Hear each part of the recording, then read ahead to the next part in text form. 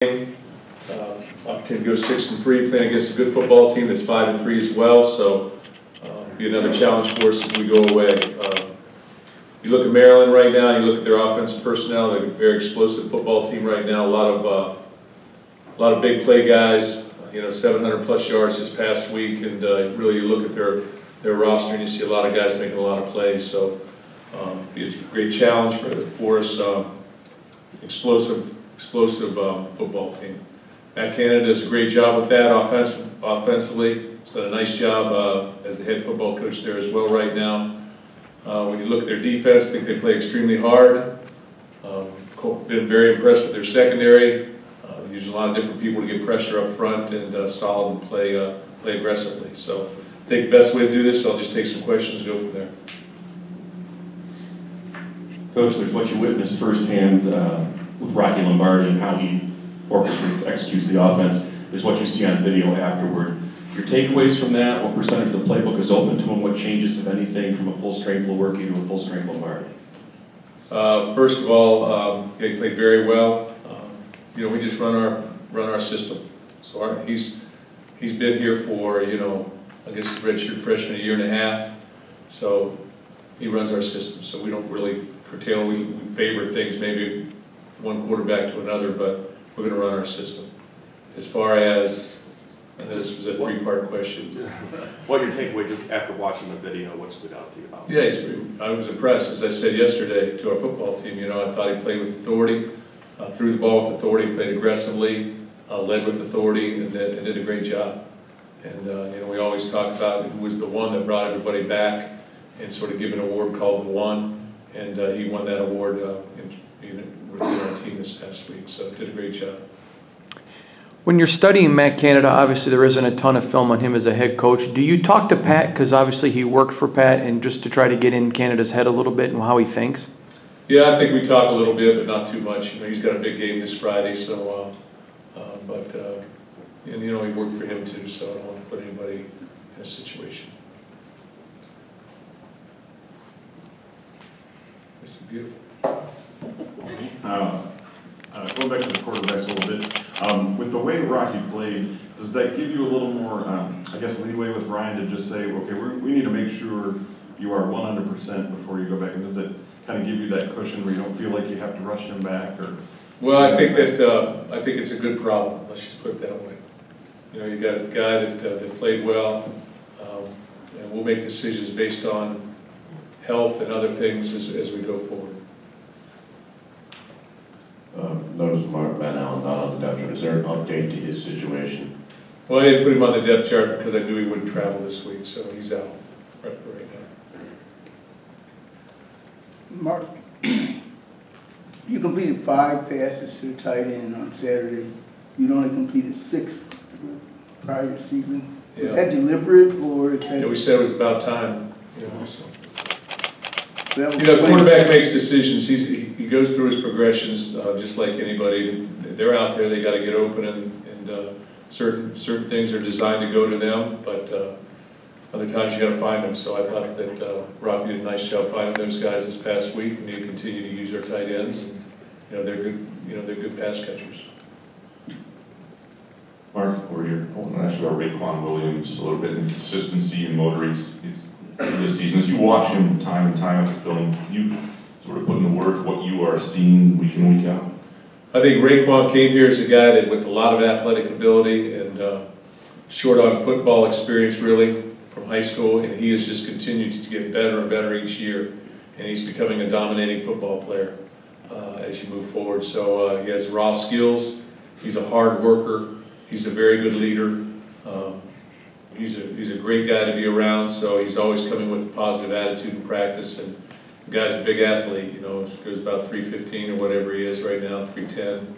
You get over 300, who cares? He's athletic, and he's playing at a very high level. Mark, I'd like to ask you about Rocky's pre-snap reads. Obviously, he does very well, especially in his first start. Did that something that surprised you a little bit, or is that something you'd seen prior to the first start? I think it's something Coach Saban does a great job with, teaching progression, and I think that as the game progressed, Rocky got more and more confident. And I think playing football at this level, you got to be a confident player.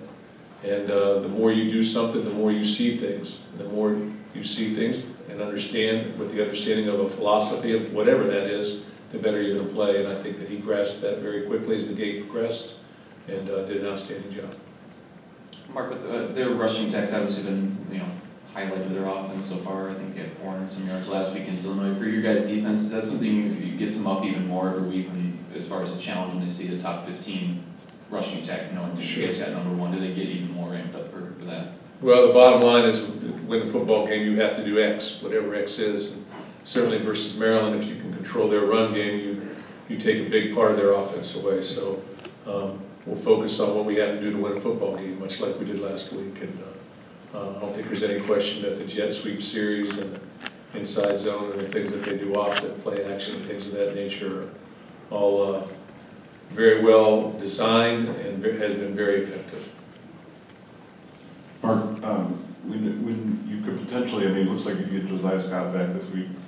What is it like when you've had a guy who's been that effective, a freshman All-American, and you get him back at this point in the season? What kind of, spark and sort of energy can that bring to a team? And it's not just any guy; it's a pretty. Well, I think we've had a lot of injuries this season. They haven't necessarily been season-ending injuries, a couple, like Felton, but what ends up happening, and I've said this before, is that when you got a guy out for 4 or 5 or 6, 7 weeks, he's missed all of summer camp, he's missed all of the games and the practices up to that. So, they got to get themselves in shape. So he started practicing last week, could have played this past weekend, but we sat him. And then he'll start playing some, but he's got to play himself back into it. And he's getting a lot of reps right now. He did last week, a lot of reps. But to play corner in this defense, you got to go. And so, you got to have a great conditioning level. And so, you got to be able to work your way back into that. And I think you see that with other players who've been out for a while. They got to work themselves. Just because they're back doesn't mean they're back fully in condition, especially in certain positions. So, we're going to work our way back into that, and we'll be able to do that. But I think it'll take a week or so. But he's got 1 week under his belt, so we'll see how he performs this week. Hi, Mark.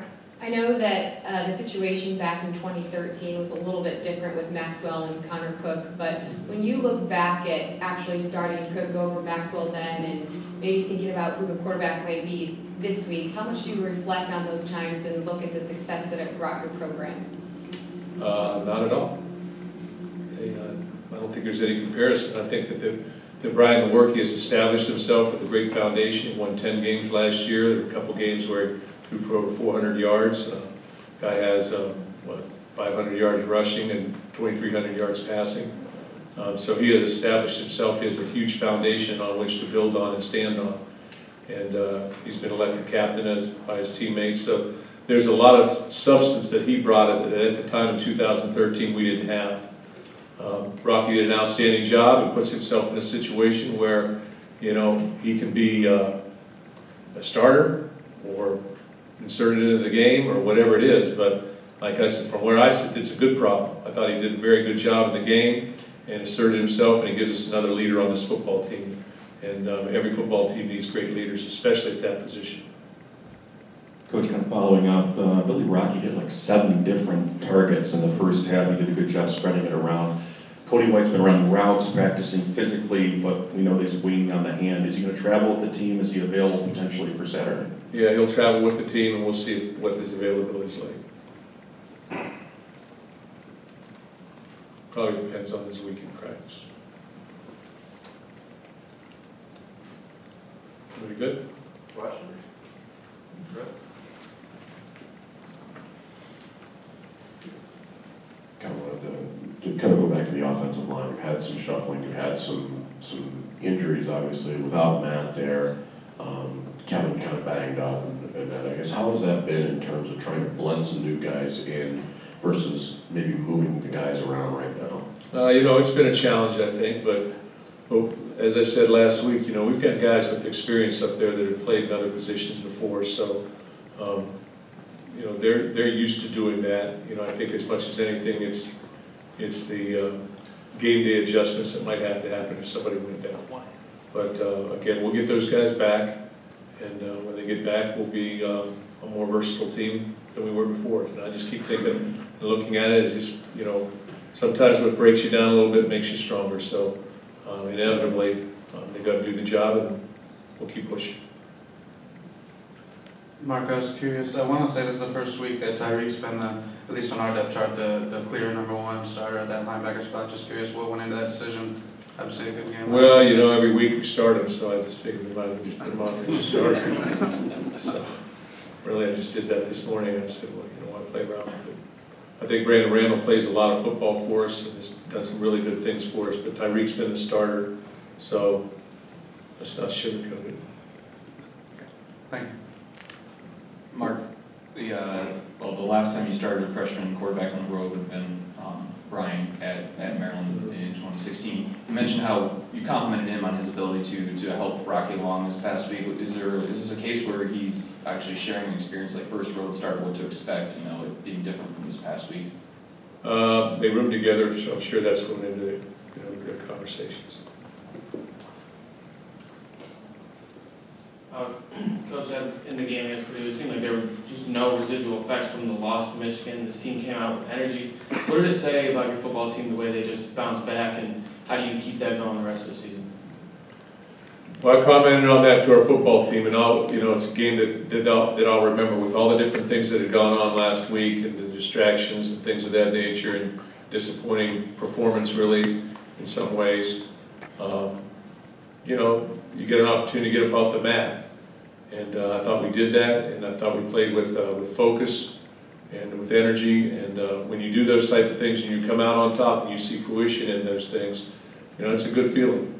You know, now that feeling can disappear if you don't take that to your next performance. So it's important that we do that. But you know, it's November right now, so I think every performance that you have every single week right now sort of makes a case for what you're going to do, whether it's in bowls or not bowls or whatever it is, you know. But there's a huge ceiling there. There's a lot that we can accomplish. So we need to concentrate on one game at a time and see what we can do versus Maryland this weekend, and then go to the next one. I'm going to ask you a little more about Raekwon and the impact he has, and when you have a disruptive player like that in the middle of the line on the rest of the defense. And any comparisons to guys, be it Jarrell Worthy or anybody throughout time that you've had that is somewhat similar to him, or the impact he has on the defense? Yeah, I think anytime you play well up front, defensive tackle position, especially in that center box area, makes it even more difficult to run the football. So hopefully you'll see that happen a little bit this week. But I think really all those guys up there, you know, Mike Panasuk has been playing very, very well. Really, Naquan Jones has been very, very good. You know, Owens has been solid in there. So all four of those guys have played good football for us. I think Raekwon, what he does is if you can be disruptive in the center, in that center box, in that zero area, it has a lot to do with you being successful, I think, as a run defense overall.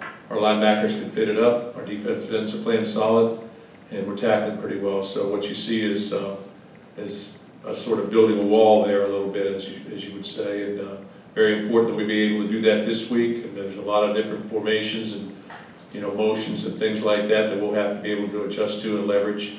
But that's a part of this game. And, you know, Coach Cannon, as I said earlier, does an outstanding job with that. And as a play caller, you know, keeps you honest with all the shovel passes and all the different play action passes off of that. So it's a whole philosophy.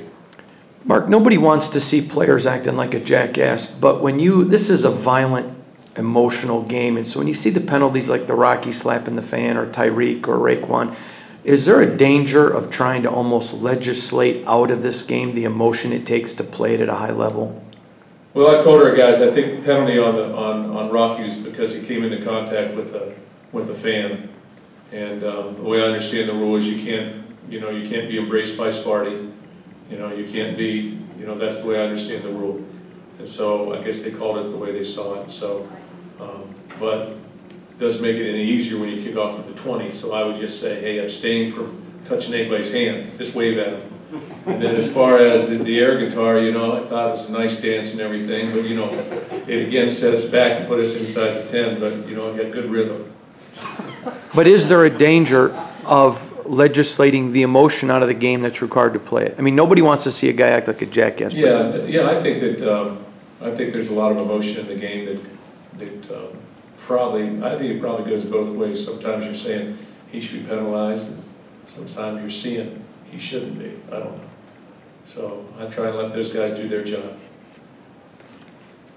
We talked so much about the good sides from Rocky. What did you see from him that you would like to see him clean up maybe a little bit more this week if he plays or moving forward? He made quick decisions on Saturday. I think that was one of the biggest things that he needed to clean up, and I thought he did that on Saturday. You know, I guess he called 1-on-2 and came out, but he played pretty effectively. You know, if you're looking right back on, he had some drops. He had 5 drops. You know, we got guys out there, you know, banging the ball around a little bit, you know, some of the things going on with their injuries. But so he had a couple drops there, but I thought he played very well. You know, he could have hit a couple deep ones, had a couple deep ones that were a yard or 2 overthrown, and he comes up with those. He's having a career day. I think he left some out on the field. I think he would agree with that, but I thought he played very solid. From a leadership standpoint, he did very, very well. Is that deep ball something that just comes with game rhythm and learning the receivers in it? Well, he's got a big arm. I think that's just, you know, I think he overthrew Justin maybe twice. And so, you know, Justin, he probably hadn't worked that much together, but just the way the ball flew, I think. Anything else? That's good.